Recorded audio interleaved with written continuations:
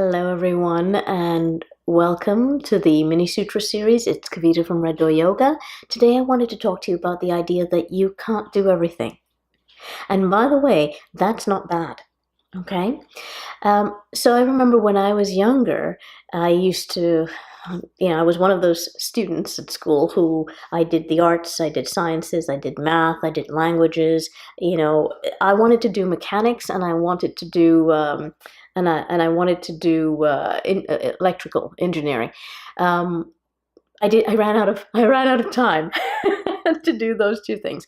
And then I went off to university, and again, I diversified in that way, even though I was doing a fine art degree at that time. And I continued to do languages and that type of thing. And so that continued on in, post-university. And I remember I met my husband, and we were chatting. And I mentioned something that I wanted to do, something else, and it was probably the fact that the one thing I didn't do at university was Russian. I didn't end up taking Russian, and I still kind of wanted to do it. And my husband looked at me and he said, you can't do everything. And at that point, my response was, why not? Right? I have actually come to the point years later that I agree with him. You can't. I've really started to see that there's only a finite amount of time that we have. There's a finite amount of energy that we have in terms of our focus. But there's something more important here that I want to point out to you as to why you can't do everything, and that it's not a bad thing that you can't do everything. Because what I want to point out is there's one thing that isn't finite, and that is human desire. So no matter what you do, your mind is going to desire something more, something else.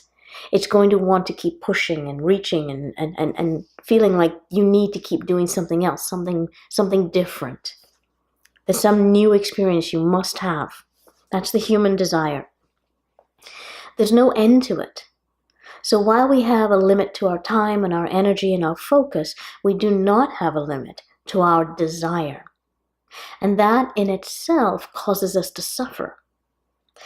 So when you become aware that you can't do everything, I want you to think about that not as some form of a limitation that's negative, but rather as a built-in mechanism to curb human desire, because the more we fulfill desire, the more it perpetuates. And it's an interesting thing that way.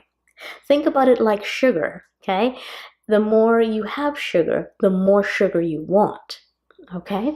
And so you really want to come to that place where you acknowledge that your energy, your resources and whatnot are limited. And then you ask yourself, what do I really want? What do I really want to do? What do I want to spend the limited time and focus and energy that I have on? Make choices and truly fulfill those choices.